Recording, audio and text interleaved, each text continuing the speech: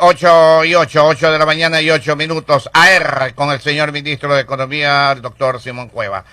Ingeniero Washington Delgado. Sí, justamente una especie de repregunta en este sentido. Ahora, la expectativa del presupuesto general del Estado, como supuesto también macroeconómico, en el año 2022 se ha presupuestado 2,85%. Usted nos acaba de decir que aproximadamente estaríamos con el 3%. Pero todo esto va atado justamente para que ojalá tengamos éxito y el gobierno tenga éxito para la reactivación del empleo. Pero hay un tema ahí que tiene que ver ahora con posiblemente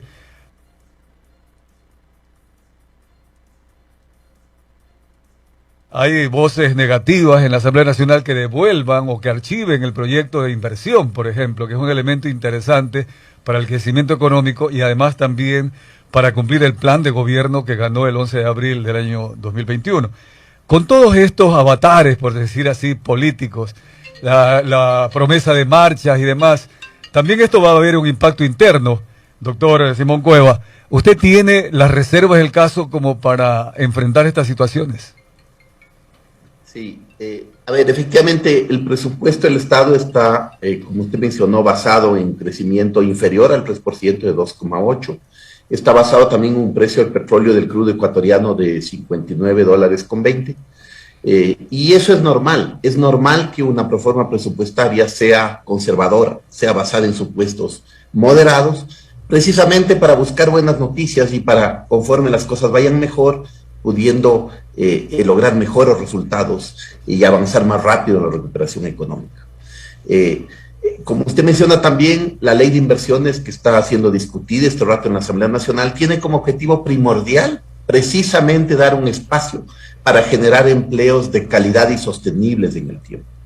Esa ley tiene varios componentes que van muy claramente en esa dirección. Tiene un componente de impulso a las zonas francas, con algunos componentes de beneficios tributarios para impulsar negocios que permitan integrar cada vez más al Ecuador a la economía mundial. El Ecuador es un país pequeñito, un país que tiene 17 millones de habitantes. El mundo es un mundo muchísimo más grande y una de las formas para el Ecuador de crecer es poder integrarse al mundo y exportar al mundo. Mientras más logremos integrarnos en el mundo, más fácil va a ser tener divisas que vengan, trabajos que se creen, oportunidades para todos. La población ecuatoriana tiene un empleo informal o un empleo sin protección social y el objetivo es lograr cada vez más proporción de la gente que tenga buenos empleos, empleos con protección, empleos sólidos, empleos sostenibles en el tiempo, que no sean tan informales o imprevisibles. El segundo componente de la ley de inversiones es un componente ligado a las asociaciones público-privadas. ¿Qué significa esto?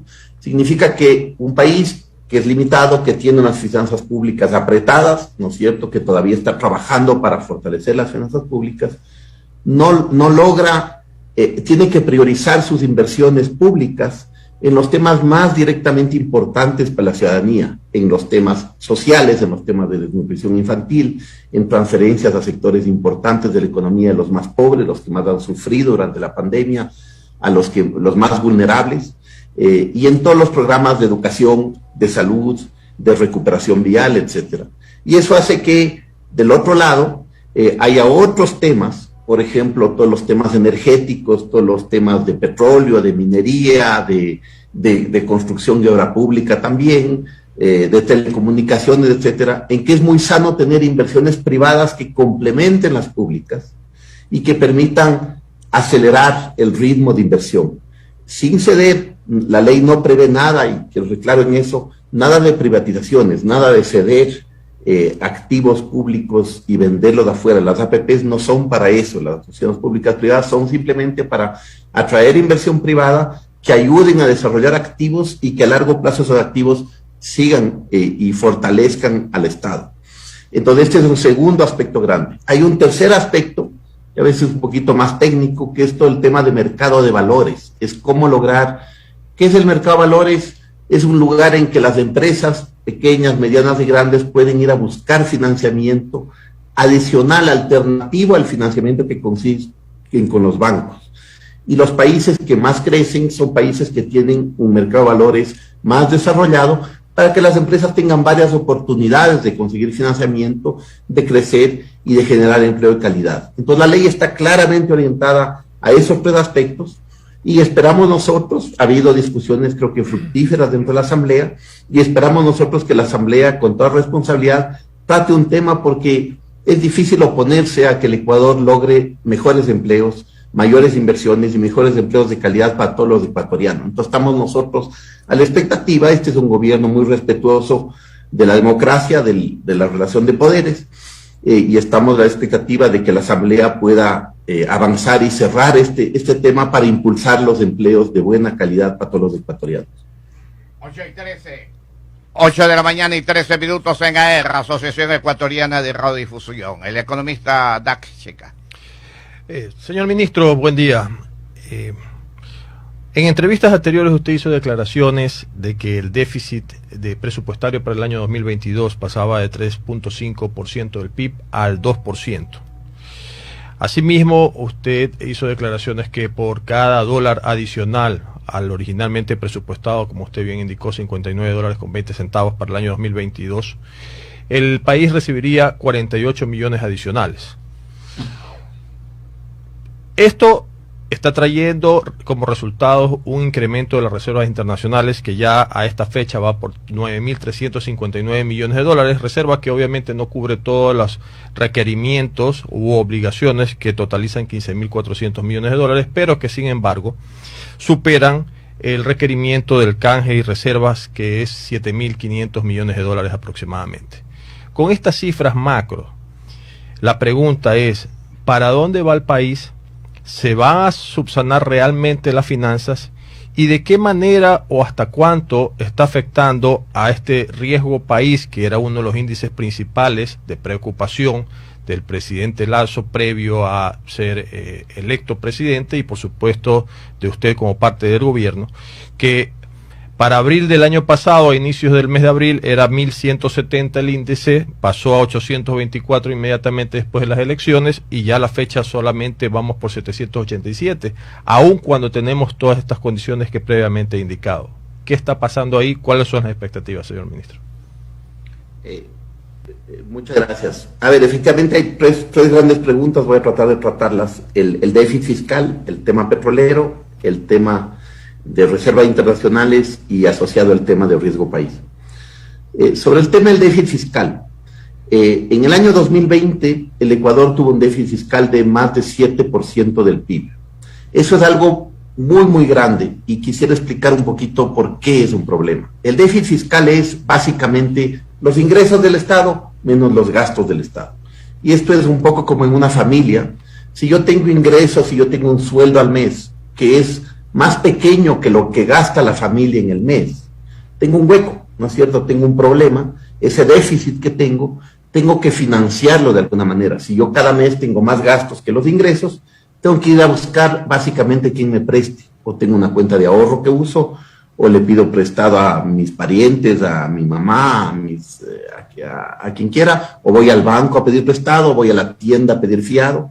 Pero el problema es que yo no puedo vivir fiado, ¿no es cierto? Uno puede por un tiempo pedir prestado, pero no puede en permanencia vivir endeudándose, porque llega un día en que la tienda ya no me fía, en que el banco ya no quiere prestarme, en que ningún pariente me quiere ayudar, porque ya tengo demasiadas deudas acumuladas. Y eso es lo que le venía pasando al Ecuador. Déficits muy grandes, cada año para financiar esos déficits, endeudarse muchas veces de forma cara, y eso ha hecho que la deuda pública vaya subiendo fuertemente, y mientras más alta la deuda pública, menos creíble es el país. Cuando uno quiere ir a endeudarse, le dicen, pero usted tiene mucha deuda, ya no le quiero prestar, o le voy a prestar muy caro. Y ese muy caro refleja el riesgo país que usted menciona, ¿no es cierto? El riesgo país refleja qué tan más caro se endeuda el Ecuador versus lo que se puede endeudar un país, por ejemplo, como Estados Unidos. La diferencia entre la deuda, el precio de la deuda para el uno y el precio de la deuda para el otro, más o menos de eso es el riesgo país. Entonces, bajar el riesgo país es muy importante, porque le permite al Ecuador poco a poco adquirir deuda, no solo al sector público, sino también al sector privado en mejores condiciones. Y si un banco ecuatoriano se endeuda más barato, puede a su vez dar créditos más baratos a las empresas, a los hogares ecuatorianos. De ahí que es fundamental ir logrando una situación fiscal ordenada y equilibrada, como en cualquier familia. A largo plazo tengo que vivir con los recursos que tengo.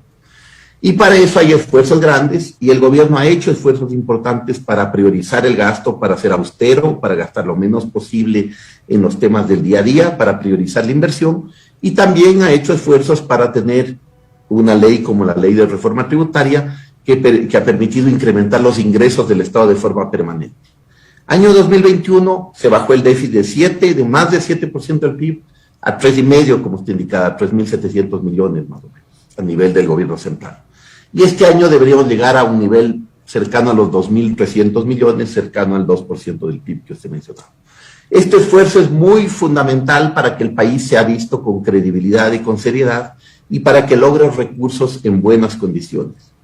Este gobierno ha sido muy cuidadoso en que no hay un solo dólar de nueva deuda que ha contraído este país que haya sido en condiciones caras, que haya sido con colateral de petróleo, que haya sido en mercados con arreglos a veces, o lo que se llama deuda estructurada, que tiende a ser bastante cara. Toda la deuda en que ha incurrido este gobierno es deuda de plazos largos, de tasas de interés bajas, y eso ha permitido ir cambiando la estructura de la deuda hacia una deuda de más largo plazo, hacia una deuda de tasas más bajas, y hacia una deuda que se ve estabilizando el nivel de deuda, y que luego debería empezar a bajar. Y por lo tanto es ayuda al riesgo país. El riesgo país ecuatoriano ha ido mejorando, como usted menciona, y todavía puede mejorar bastante más. En realidad, en el año 2022 veníamos en una senda en cual el riesgo país estaba bajando bastante más que el de otros países comparables, países que exportan petróleo, que tienen un riesgo similar o calificaciones de riesgo similar al Ecuador. En estas últimas semanas ha subido un poco el riesgo país, como el de todos los países emergentes en el mundo, porque frente a una guerra como la de Ucrania, hay lo que se llama en mercados un flight to quality, una preferencia de los agentes que tienen recursos por ir a lo más seguro, y lo más seguro son los países desarrollados que tienen niveles de riesgo más bajos. Entonces eso hace que para todos los países emergentes ha subido el riesgo país. Sin embargo, el Ecuador se ha comportado mejor que el resto de países similares, y el riesgo país ecuatoriano está, en comparativo con lo comparable, bastante mejor que antes, y nosotros vemos signos que eso demuestra y muestra que el mundo nos ve cada vez con mejores ojos, con ojos de un país serio, un país creíble, un país que va cumpliendo lo que dice y que va logrando. Esto también se refleja en las reservas internacionales. Las reservas internacionales, para estar claro, no son propiedad del gobierno ecuatoriano. No es que el gobierno, yo oigo a veces la idea de decir, como las reservas están altas, usemos de esas reservas para gastarnos en esto y lo otro. Por ley es prohibido que el gobierno use plata de la reserva, que el Banco Central le preste al gobierno. Y eso pasa aquí en muchos países porque en el pasado se usó plata de las reservas para el gobierno, y eso, que no es una buena práctica, lo que hizo es que se impulsó por un momento la actividad económica, pero fue no sostenible, y luego nos toca pagar esa deuda poco a poco a todos. Entonces, las reservas son el respaldo en el Banco Central de los depósitos que tienen los ecuatorianos en el sistema financiero, o de los depósitos que tienen la entidad del sector público, gobiernos locales, gobierno central, en el Banco Central. No son las reservas propiedad del gobierno. Entonces, es sano que las reservas suban, muestra que la economía está mejorando, muestra que la situación externa del Ecuador, que las exportaciones del Ecuador han venido mejorando, muestra que entran más divisas al país, muestra que hay más confianza en el sistema financiero y que los recursos del sistema financiero van mejorando, pero no son propiedad del gobierno. Finalmente, para el tema del precio del petróleo, efectivamente el precio del petróleo en estas últimas semanas ha estado en niveles bastante más altos que el inicialmente presupuestado. Sin embargo, sí hay que hacer un par de consideraciones ahí. La primera es que el precio, cuando el precio internacional está, digamos, en 100, el crudo ecuatoriano en general vale menos, ¿no es cierto? Vale, dependiendo de las circunstancias y temas, pero digamos unos $10 menos que el crudo internacional. El segundo tema es que el precio del petróleo es muy fluctuante. Ustedes han visto en estos días, subió hasta $120 del WTI o algo parecido, y ahora en pocos días ha caído y estamos ya por debajo de 100, está en 96, 97 por ahí. Entonces, el precio del petróleo es algo muy fluctuante que depende de muchos temas, de Ucrania, de Irán, de Estados Unidos y del mundo entero y de Arabia Saudita. Y por lo tanto no es algo simple de prever, ni es algo permanente, no son recursos permanentes los recursos de un petróleo muy alto, son recursos transitorios. Y lo sano con recursos transitorios es usarlos para temas transitorios, no para temas permanentes. Por ejemplo, para empezar a ponerse al día con deudas, y el gobierno ha hecho un esfuerzo grande para ir limpiando muchas de las deudas que heredó, limpiando muchos de los temas. Nos hemos ido poniendo al día, por ejemplo, con los gobiernos locales, con quien hubo un momento 3 meses de atraso de pagos, y al momento estamos pagando puntualmente mes a mes las obligaciones bajo el modelo de equidad territorial. Nos hemos ido reduciendo la deuda con proveedores de salud para pagar a instituciones importantes para atender a la salud de los ecuatorianos. Hemos ido trabajando con el Instituto de Seguridad Social para ir limpiando algunas de las deudas con IES, IFES, POLI, y todavía estamos trabajando con ellos para ir reduciendo. Todo esto es porque tenemos que ser prudentes, sanos y precisamente guardar opciones para cuando hay problemas, ¿no es cierto? Para cuando hay momentos difíciles y para cuando eso puede afectar al Ecuador. Y nuestra obligación, igual que un buen padre de familia, debe ser cuidar la salud financiera de la familia para poder enfrentar momentos más difíciles o más fáciles. Y el último tema, quizás ligado a la situación internacional y a la guerra, es que con este entorno es más difícil para los países como el Ecuador ir a los mercados internacionales a pedir prestado, a emitir deuda pública, deuda internacional soberana. Por eso mismo tenemos que ser cuidadosos para que funcione todos los meses. Desde el primer día de gobierno hemos sido muy cuidadosos en asegurar los recursos para la vacunación, para la desnutrición crónica infantil, para todos los bonos sociales, para todos los pagos de sueldos al día desde el primer día, pese a todas las dificultades, porque eso es lo esencial para que el Estado funcione, para que las cosas vayan avanzando y que los servicios públicos vayan de manera ordenada. Y luego, obviamente, esto puede ayudar también a otros temas de reactivación, pero tenemos que ser cuidadosos porque no todos los recursos son permanentes, como mencionaba. El señor ministro de Finanzas, el doctor Simón Cueva, a través de AER. 825, economista DAX, chica. Sí, en esa tónica de la preocupación por la reactivación económica, hay una campaña anunciada y trabajándose en este momento que es la línea de financiamiento del 1% a 30 años para el sector agrícola y principalmente para los emprendedores y pequeños empresarios a través de Banecuador. En declaraciones del gerente general de Banecuador se conoció que el costo o la tasa activa que realmente cobra Banecuador es 16% y que el usuario final o el persona que es beneficiario del crédito va a pagar el 1% como se ha anunciado en las campañas. Lo que nos hace deducir que la diferencia está siendo subsidiada por el gobierno. ¿Cómo va ese nivel de subsidio, señor ministro? Así es. Efectivamente, el crédito del 1% es un crédito pensado en los ecuatorianos pequeños, en los ecuatorianos que tienen pequeños negocios, pequeños emprendimientos en el campo, en algunas ciudades también, y ayudarles a desarrollar con montos pequeños. En la última década o tal, la banca pública ecuatoriana, CFN o Banecuador, fue muchas veces mal usada para dar créditos a unos pocos grandes deudores, ¿no es cierto?, que muchas veces no han pagado y que tienen obligaciones y tal. Y eso desvía recursos que deberían ser usados en las grandes mayorías.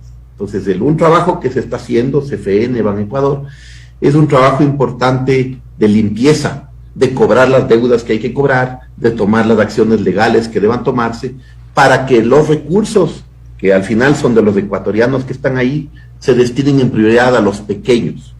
Y eso es lo que se está haciendo con el crédito del 1%. Efectivamente, ese crédito tiene un subsidio dentro del crédito, porque como usted menciona, Banecuador, entre sus costos y la necesidad de cubrir lo que se llaman provisiones en banca, es decir, el hecho de que si uno presta, no siempre la totalidad de gente repaga por una u otra razón, se tiene que cubrir el banco para tener una situación financiera ordenada y poder seguir prestando luego.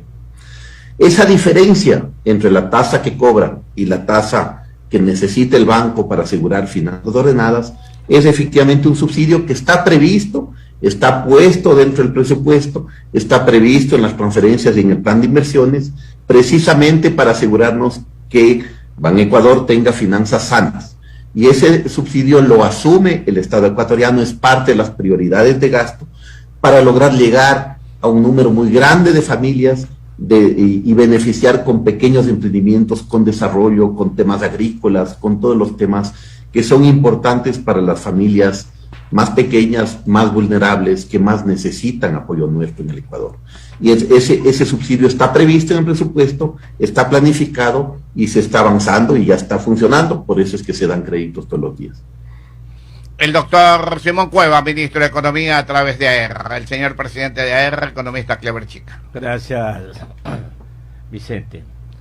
Hasta las 7:30 de la mañana estaban inscritas 92 emisoras en el país. Le agradecemos a los compañeros que están tomando esta señal, que indudablemente beneficia a todos los ecuatorianos, producto de este diálogo que estamos sosteniendo con el señor ministro de Economía y Finanzas. Doctor Cueva, la radio es heterogénea, la escuchan el hombre de a pie, como también la escucha el médico, el abogado, etcétera. ¿Y qué es lo que dice el público en general? Bueno, ¿qué está haciendo el gobierno con tantos ingresos?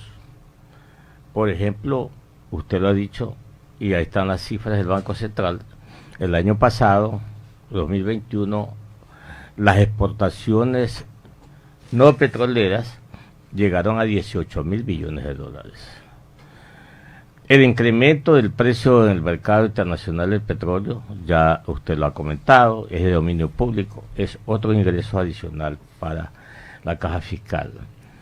El aumento de las recaudaciones por parte del SRI, entre ellas gracias a la ley reformada, la ley de régimen tributario, que indudablemente afectó y viene afectando más a la clase media.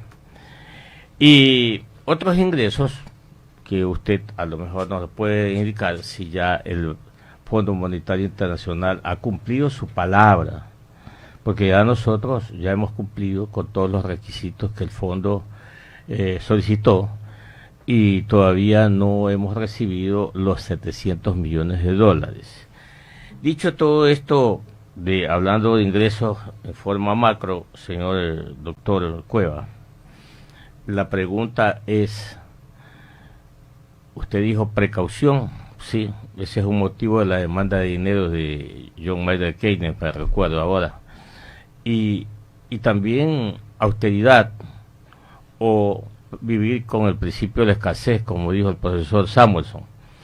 Entonces, el ecuatoriano, repito, dice, bueno, ¿y qué está haciendo con tanto dinero, con excedentes de dinero, la caja fiscal, el ministro de Finanzas, el presidente de la República, etcétera, etcétera? Usted ha dicho hace poco que se ha puesto al día con los GAT, usted ha dicho que está atendiendo a los proveedores, pero no nos ha dicho cuánto está colocando en materia de capital de inversión para poder estimular el empleo desde el sector público. Señor ministro, usted. Sí, Clever, muchas gracias. A ver, los recursos fiscales efectivamente están y van a ir mejorando con lo que usted menciona. La ley de reforma de desarrollo económico, que impulsó algunos temas de ingresos para el Estado, tiene un efecto que es gradual, no entra todo de golpe. Los cambios al tema, por ejemplo, el impuesto a la renta de las personas, son cambios que tienen un pequeño impacto en el año 2022 y un impacto más fuerte el después, porque el impuesto a la renta se paga en su gran mayoría al finalizar el periodo, no al comienzo del periodo. Varios de los temas, por ejemplo, contribuciones excepcionales al patrimonio, a personas o empresas pudientes de altos niveles de ingresos, son temas que todavía no han llegado a las arcas públicas, que llegarán a partir del mes de abril y en adelante a lo largo del año. Entonces, no todo eso ha llegado. En el tema del petróleo, efectivamente, tener un precio petrolero más alto permite tener un poco más de ingresos fiscales, pero hay 2 o 3 temas a considerar. Primero, toma tiempo. No es que los contratos petroleros son que yo vendo mañana y el precio sube y recibo mañana. Toma 2 o 3 meses el proceso para ir recibiendo un poco más de ingresos. El tercero es que hay algo que nos pasó en el mes de diciembre como país, ¿no es cierto? Hubo deslaves importantes ligados a la erosión en el río Coca y hubo una caída de los oleoductos ecuatorianos, de los 2 grandes oleoductos, del SOTE y el OCP, más del poliducto. Y el Ecuador tuvo más de 20 días con una producción de petróleo muy bajita. Como hay plazos para el petróleo y se toma 2 o 3 meses de retraso, en este año se está recibiendo justamente por eso menos ingresos, por lo que el Ecuador no pudo exportar petróleo durante una buena parte del mes de diciembre. Solo eso representa un faltante de ingresos de cerca de 350 millones de dólares. Entonces, a lo primero que sirve tener más ingresos petroleros es a simplemente compensar lo que debía llegar y no llegó, ¿no es cierto? Ese es un primer lado. El segundo es la priorización de recursos. Efectivamente tiende a ser, vamos poniéndonos al día con deudas con el Seguro Social, que es tan importante para todos los ecuatorianos, con deudas con los gobiernos locales que hacen obra diaria para la reactivación económica, para obras de inversión, etcétera, poniéndonos al día con proveedores y efectivamente ir incrementando el gasto de inversión. El presidente ha anunciado un plan importante de obra pública y hay un primer paquete de 150 millones de dólares que se están destinando a ir recuperando la vialidad y las obras. Ha habido un invierno muy fuerte en el Ecuador y la vialidad ayuda no solo a recuperar carreteras, a ayudar al sector productivo para transportar productos, para negocios, comercios, sino también a dar mano de obra y a permitir empleo para una buena parte de los ecuatorianos. Entonces, por ese lado hay una buena parte de los recursos que van, pero como le digo otra vez, no es que el petróleo ha subido durante un año, ¿no es cierto? La gente tiende a pensar, ya subió el petróleo, ya hay mucha plata. Ha subido durante unas pocas semanas, está empezando a bajar de nuevo el petróleo. Hay que ser cuidadoso y hay que mirar las cosas en orden para que justamente no tengamos problemas financieros, sino que el país siga sólido por ese lado. Usted comentaba también las relaciones con el Fondo Monetario. ¿Cómo funciona el Fondo Monetario? Para un poquito explicar. El Fondo Monetario es una organización internacional con la cual uno discute la situación de la economía y que viene a, digamos, a revisar la situación económica, ¿no es cierto? Hay un programa en curso con el Fondo Monetario, un programa que se renegoció el año pasado, se renegoció en condiciones bastante favorables para el país, se redujo la necesidad de esfuerzo del lado del ingreso tributario, se incrementó el esfuerzo del lado de la austeridad en el gasto público, se cerró el año 2021 con esfuerzos importantes para que el Estado gaste menos en gasto corriente, en gasto de sueldos, de bienes y servicios, de pago de intereses, y gaste un poco más en gasto de capital, que al final es lo que permite más obra, más crecimiento, más activos para el Estado. En ese proceso con el Fondo Monetario estamos en este rato en la 4ª revisión del acuerdo con el Fondo. Hay una misión del Fondo Monetario que es este rato en el país y con quien estamos en las conversaciones normales. Y seguiremos, como es normal con el fondo, se revisan números, se revisan cómo está la situación económica y tal. Nosotros creemos que en el relativamente corto plazo, en las próximas semanas, vamos a cerrar la siguiente revisión y eso dará lugar a desembolsos del fondo, como usted dice, de al menos 700 millones de dólares en el siguiente desembolso. En paralelo, la comunidad internacional, los organismos internacionales nos han venido ayudando. El mes pasado se desembolsaron 700 millones del Banco Mundial, otro crédito grande que se ha aprobado. Deberíamos tener 300 millones o 250 millones del BID también aprobados de aquí a un par de meses. La CAF nos acaba de aprobar créditos hace poco, entonces hay una serie de fuentes de financiamiento, pero todo esto son deuda, es decir, deuda en buenas condiciones, deuda a largo plazo, deuda a tasas bajas, pero deuda, ¿no es cierto? Esos recursos son para financiar lo que se tiene previsto gastar en el presupuesto del Estado. No es que cuando yo me endeudo con cualquiera de ellos, tengo de golpe más plata. Tengo plata que me permite financiar los gastos que ya están previstos de inversión en el presupuesto general del Estado y los recursos del día a día de la caja fiscal, los recursos de impuestos, etcétera, me permiten financiar el día a día del gasto corriente del Estado.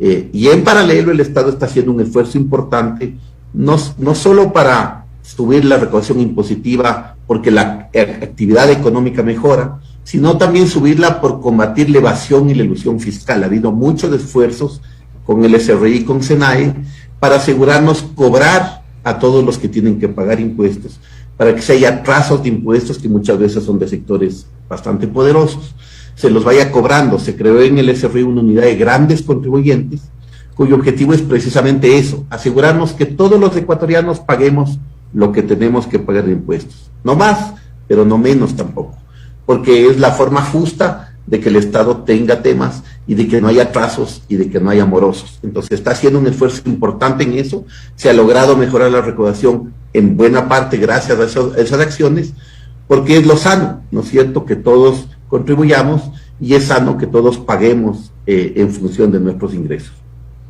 El doctor Simón Cueva, ministro de Finanzas, a través de AER, economista Culchica. Señor ministro, dijo usted que la deuda se está refinanciando a más largo plazo. La pregunta es, ¿cómo está la deuda Ecuador-China? Sabemos que el señor presidente se fue a China y ahí tenemos una deuda en dólares y tenemos, como se dice comúnmente, hipotecado una buena cantidad de petróleo que lamentablemente no la hemos podido utilizar ahora que el precio está en alza. Esa es mi consulta. Otra consulta es que en tiempos pasados se logró un crédito con un banco chino para reconstruir y reactivar la producción o la economía en las provincias de Esmeraldas y la provincia de Manabí, y además mejorar los hospitales. En ese orden, ¿cómo está ese crédito, doctor Cueva? Y la deuda que hay que pagarla, pero lamentablemente no la podemos pagar a corto plazo. Usted, doctor Cueva. Sí, con mucho gusto. A ver, sobre la deuda china. China es un socio importante de Ecuador, es un socio comercial importante, tenemos buenas relaciones comerciales, a donde van exportaciones importantes, camarón, banano, por ejemplo. China es también un socio en materia de inversiones, y es un socio, por ejemplo, que ha sido muy útil y que ha apoyado mucho al Ecuador en la reciente campaña de vacunación, proveyendo a tiempo un buen monto de vacunas que han permitido que todos estemos con mejor salud. Y con China, en el marco de esas buenas relaciones, se hizo un viaje efectivamente hace un par de meses ahora, liderado naturalmente por el presidente Lasso, en que hubo reuniones con el presidente Xi Jinping, con el primer ministro Li Keqiang, y una de las discusiones importantes en ese viaje han sido el tema de la renegociación de la deuda china. Con China se tiene una deuda algo inferior a los 5.000 millones de dólares en total, del cual algo menos de los 2.000 millones están ligados a petróleo de una u otra forma, y otros que son créditos directos. Una parte de esa deuda más pequeña es deuda en términos concesionales, es decir, en tasas de interés más bajas y plazos más largos. Y otra parte es una deuda en términos comerciales, que es un poco más cara, y sobre todo que tiene vencimientos más cortos. El punto es que parte de la deuda china tiene vencimientos importantes entre este año y el año 2025 más o menos, ¿de acuerdo? Entonces, como es una deuda que se vence rápidamente, tiene sentido buscar reperfilar esa deuda para lograr plazos más largos, tasas en mejores condiciones y que el Ecuador tenga un respiro y un oxígeno para seguir utilizando recursos para la reactivación económica en vez de para cubrir, digamos, obligaciones de deuda que tenemos que honrar como país. Y el Ecuador es un país serio que honra sus obligaciones y por lo tanto tenemos que hacer una renegociación ordenada, una renegociación amistosa, una renegociación positiva. El viaje fue muy positivo en el sentido que hubo digamos, una luz verde al más alto nivel político del lado de la República Popular China para continuar con el proceso de renegociación. Y hemos estado nosotros en el Ministerio de Economía y Finanzas en contacto muy seguido con las contrapartes chinas, con los distintos bancos de China, con quien hay créditos, y estamos avanzando en ese proceso. Siempre esos procesos son un poquito técnicos y largos, porque hay muchos temas financieros, de garantías, de seguros asociados, y temas así, pero estamos avanzando a buen ritmo para seguir y lograr esos objetivos, por un lado de la deuda china, para lograr lo mismo que está logrando en el resto de segmentos de deuda, mejorar la composición de la deuda, alargar los plazos, tener tasas más bajas y tener más recursos para el gasto interno, más recursos para la inversión social y menos recursos destinados a los temas de pago de deuda a lo largo del tiempo, y que el Ecuador tenga una mirada más tranquila hacia el futuro e ir programando de mejor manera las finanzas públicas. Dentro de estos créditos de China hay efectivamente algunos créditos del Exim Bank en términos concesionales, y hay un crédito del Exim Bank en 3 fases que está destinado a temas ligados a la reconstrucción de Esmeraldas y Manabí post el terremoto del año 2016. Hay 3 fases de esos créditos. La fase 1 y 2 ya están en curso, están contratados y se están implementando para todos esos créditos. Esos, junto a recursos de la ley de solidaridad y junto a recursos de otras fuentes, ayudan a esa reconstrucción. El gobierno ha hecho esfuerzos para acelerar los ritmos de esos proyectos de ejecución. El año pasado se gastaron algo así como 55 millones en esos proyectos. Este año está presupuestado y previsto con financiamiento más de 130 millones de dólares para esa recuperación, incluido la recuperación y la priorización de 4 hospitales críticos para esas provincias y que están en curso efectivamente. Y en paralelo está previsto una tercera fase de ese contrato, y en esa tercera fase, y conforme avancemos en el tema de renegociación de la deuda, también avanzaremos en ese tema para asegurarnos, no solo para este año, sino para los años que vienen, que haya fuentes de financiamiento aseguradas para continuar con esas obras prioritarias que están previstas para Manabí y Esmeraldas.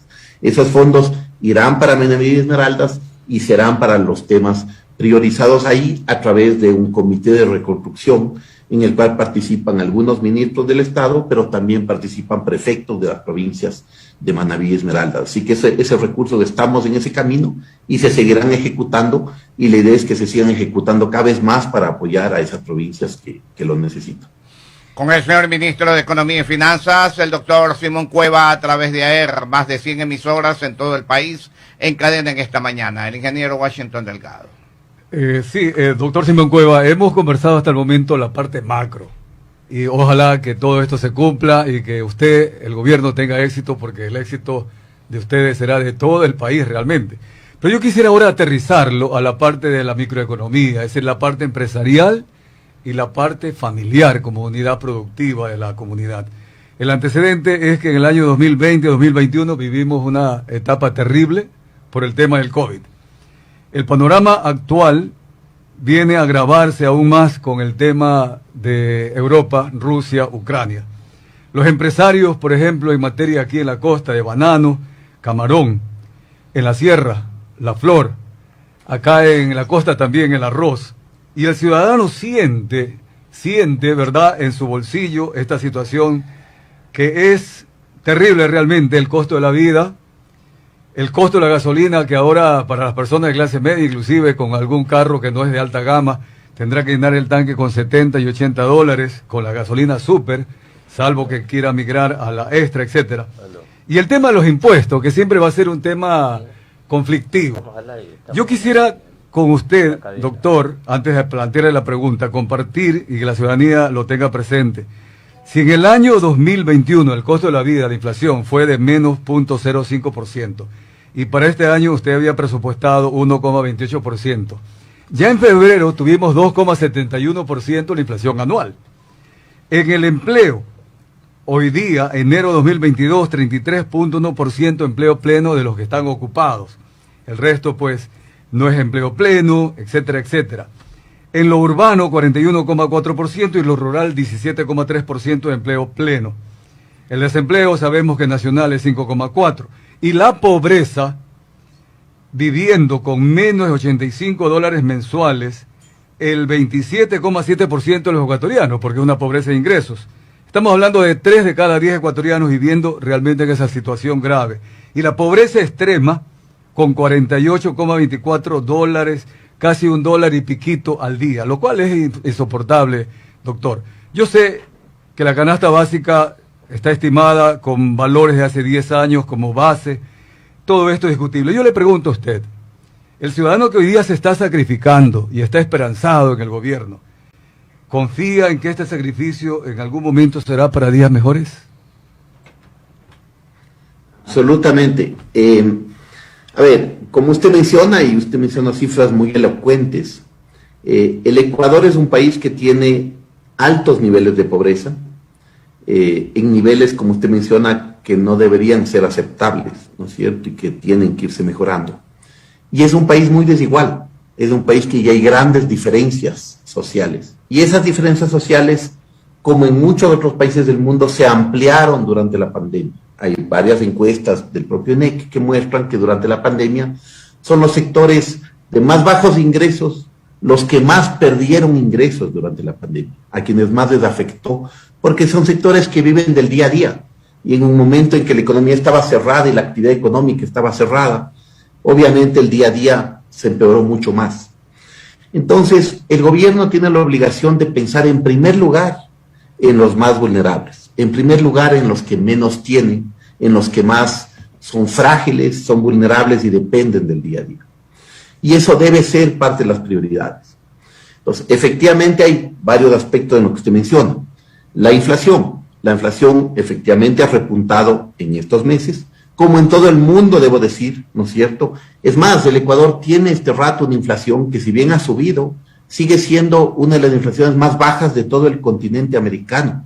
En los Estados Unidos, en muchos de los países de la región, la inflación está en 5, 7, 10% para arriba, ¿no es cierto? Todavía en Ecuador la inflación está más controlada. Eso no significa que no tenga impacto, naturalmente, y en parte refleja el hecho de que algunos productos de importación, pienso por ejemplo en fertilizantes, urea, trigo, etcétera, están subiendo de precios por el tema mundial, ¿no es cierto? Porque Ucrania y Rusia proveen parte del trigo, parte de los fertilizantes del mundo, porque el precio del petróleo ha subido y todo eso. Entonces, efectivamente hay un impacto desde ese lado, así como hay un impacto efectivamente en exportaciones ecuatorianas a Rusia y Ucrania, esencialmente en los sectores de banano, camarón y flores. Y efectivamente hay preocupación del gobierno, en especial por los pequeños productores, en especial por los sectores más pequeños con quien hay que trabajar y que tienen menos espacio para hacerlo. Ahora bien, las prioridades del gobierno han sido desde el primer día, por ejemplo, cuidar esas transferencias, incrementar las transferencias de los sectores más pobres, a ese 30%, cercano al 30% de los ecuatorianos, que están en los ingresos más bajos, los 3 deciles que se llama técnicamente, de la población ecuatoriana. Y ahí se ha hecho mucho esfuerzo para que las transferencias sociales se destinen cada vez más de ese sector, se concentren en ese sector y ayuden a ese sector a recuperarse. En un año acá se ha incrementado a cerca de casi 500,000 de familias la protección social a través de esas transferencias. Y que, como usted menciona, son familias que viven debajo del umbral de la pobreza, ¿no es cierto? Y que viven con menos de 80 y pico dólares al mes, simplemente para notar lo difícil que es vivir en esas condiciones y lo importante que es que ayudemos a esos sectores. Hay un segundo gran proyecto que lanzó el gobierno prioritariamente, que son los temas de desnutrición crónica infantil. El Ecuador tiene parámetros de desnutrición muy malos, no muy sanos comparados con toda la región, con Latinoamérica. Cerca de casi 30% de los niños en varias zonas del Ecuador son desnutridos. Y eso es muy malo porque les afecta toda su vida, tiene impactos que pueden afectar a lo largo de su vida y por lo tanto tiene que ser una prioridad para el Ecuador ese tema. Eso implica que tenemos que priorizar recursos para esos sectores y eso implica también que el Estado, que al mismo tiempo tiene que mejorar la situación de las finanzas públicas, tiene que tener ingresos de otro lado. Y efectivamente ha habido algo de incremento de impuestos para la clase media alta, ¿no es cierto?, para el 3,5% de los ecuatorianos que tenemos más ingresos y nuestra obligación es contribuir un poco más. Y al mismo tiempo se han creado Otros temas, se ha creado un nuevo régimen impositivo para pequeños contribuyentes, para pequeños emprendimientos, se ha reducido costos de algunos productos básicos o de higiene femenina, por ejemplo, que son de consumo masivo, se ha eliminado impuestos para los planes de telefonía celular, porque ahora la telefonía es casi usada por todo el mundo, hay más celulares que personas en el Ecuador, y por lo tanto se está priorizando a los sectores que más lo necesitan. En el segundo semestre del año pasado, 750,000 ecuatorianos salieron de la pobreza. No estamos, todavía falta mucho que hacer, pero hubo un paso importante para que de la pobreza medida por ingresos, que es a la que usted se refiere, salieron de la pobreza 750,000 ecuatorianos. Obviamente esto fluctúa. En el mes de enero, por ejemplo, en que hubo un poco más de COVID de nuevo, en que hubo temas de deslaves y tal, hubo un cierto estancamiento de algo en los indicadores de empleo, pero esperamos que se vayan recuperando. Ese es un tema más estacional y puntual del mes. Pero las tendencias muestran en que vamos mejorando los indicadores de empleo, en que se han creado un buen número de empleos adecuados, en que vamos mejorando en indicadores de recuperación económica, de IES, de participación laboral e indicadores de pobreza. Y eso al final es lo importante para ayudar a los pequeños, a los más vulnerables, a los del campo. Por eso se ha priorizado también con los créditos del 1%. Entonces, quisiera que se entienda que el gobierno tiene que priorizar, dentro de lo difícil que es, dentro de los restringidos recursos que hay, a los sectores más vulnerables y que más nos necesitan, porque somos un país desigual y tenemos que ayudar a combatir gradualmente esa inequidad.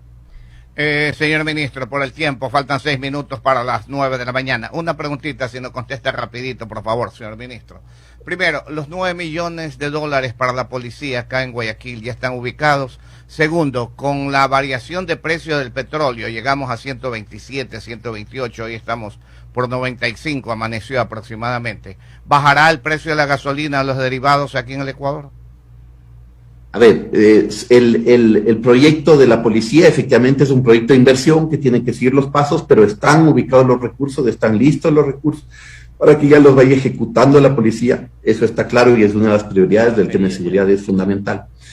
Sobre el tema de las gasolinas, simplemente hacer notar, cuando uno mira el precio de la extra y de la super, y la realidad es que la extra es de lejos la más consumida junto con el diésel, la diferencia que se ve va creciendo, ¿no es cierto?, entre el precio de la super y la extra. Y esa diferencia importante lo que muestra es que cada mes el Estado ecuatoriano está haciendo un esfuerzo bien importante y un sacrificio fiscal bien importante para subsidiar la gasolina extra y la gasolina diésel y para preservar en ese sentido el costo de vida de temas como el transporte, de temas como el día a día del transporte para las grandes mayorías del Ecuador. No para la super, que se destina a un segmento más pudiente, ¿no es cierto? Pero creo que ese tema, cuando uno compara con muchos países de la región, la gasolina extra ecuatoriana o el diésel son de lejos de los más baratos de la región y cada vez más, porque en muchos países de la región está subiendo todos los días por la crisis internacional, por el precio del petróleo, y aquí no está subiendo. Entonces hay un esfuerzo importante que ya hace el Estado ecuatoriano para apoyar a eso y para evitar esa subida. Eso es lo que se está haciendo. O sea que definitivamente no baja el precio de la gasolina, se mantiene. Así es. ¿Sí? Se mantiene, ok. Economista Chica. Bueno, primero ya faltan 4 minutos para que termine esta muy, pero muy fructífera entrevista con el señor ministro de Economía y Finanzas. Hay unas preguntas puntuales, señor ministro. Ya, ¿cómo va el proceso de la reinserción del Banco de Fomento? El presidente de la República dijo en la campaña electoral: yo voy a volver al Banco de Fomento. Primera pregunta, señor ministro. La otra pregunta es, ya desde el punto de vista político y también económico, porque Chile tiene ya un gobierno que no está precisamente en la línea ideológica del gobierno del Ecuador. Lo mismo a corto plazo, de acuerdo a las encuestas, Colombia. y Perú conocemos perfectamente bien el caso del presidente de Perú.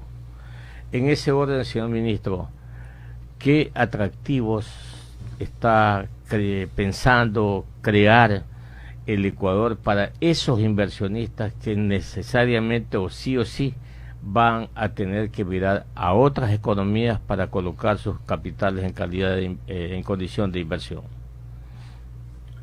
Sí, muchas gracias, Clever. Sobre el Banco de Fomento, efectivamente hay un proceso ya avanzado, como lo ha anunciado el señor presidente, de fusión gradual entre la CFN, Ban Ecuador, para crear este Banco de Fomento moderno. Ese banco tiene que ser un banco limpio, un banco sano, un banco ordenado y con buenas finanzas para poder prestar bien. Y la lógica es que la parte CFN sea una parte de lo que se llama el segundo piso, que dé crédito a través de la banca privada, con riesgo de la banca privada, y la parte más pequeña en cuanto a los beneficiarios, que son pequeños beneficiarios múltiples grandes, sea a través de este Banco de Fomento con créditos directos, como el crédito del 1% que ya está. Está en proceso la fusión, se está avanzando. Parte del tema es tener una revisión de los activos, tanto de CFN como Banco de Fomento. Como le digo, ha habido temas pasados no muy buenos y hay que ir limpiando esos temas. Y una vez que se complete esas revisiones, se procederá ya formalmente con la fusión para hacer un banco fortalecido que de verdad sirva a los más pequeños y más vulnerables de los ecuatorianos. Sobre el tema de la región y sobre el tema de otros países. Efectivamente hay cambios democráticos en muchos de los países. El Ecuador es pragmático y responsable y respetuoso de la diversidad democrática aquí y en otros países. Pero efectivamente eso da oportunidades también al Ecuador. El Ecuador es visto dentro de la región como un país atractivo, un país serio, un país confiable y un país al que pueden venir más inversiones.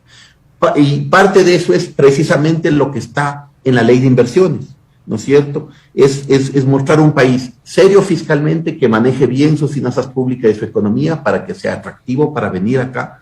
Y es un país en que haya beneficios como los que están en la ley de inversiones. Yo espero que la Asamblea ayude en esto, que no bloquee los temas, sino que más bien apoye para avanzar en este camino, porque al final esto es importante para el país, es importante para los ecuatorianos, es importante para las inversiones y el empleo, ¿no es cierto? No es una victoria del gobierno si pasa una ley o no pasa una ley. Es una victoria de los ecuatorianos y del empleo de largo plazo, si logramos tener más empleos de calidad, que es algo fundamental en lo que tenemos todos juntos que trabajar. Ok, señor ministro, le agradecemos, señor presidente. Señor ministro, gracias por su amabilidad y por su tiempo, ¿no? Para con la radiodifusión ecuatoriana y particularmente con sus oyentes, con los ciudadanos en general. Solamente aspiramos como ecuatorianos que las cosas vayan mejorando y que el crecimiento económico no llegue a 3.8, sino al 6, al 7, al 8%, pero para ello se necesitan inversiones. Usted sabe perfectamente bien la fórmula: inversión, producción, consumo, empleo, etcétera, etcétera. Señor ministro, un abrazo para usted y éxito. Muchísimas gracias a todos, un gusto estar acá y siempre a las órdenes. Y muchos saludos a toda la audiencia a lo largo de todo el país. AER, Asociación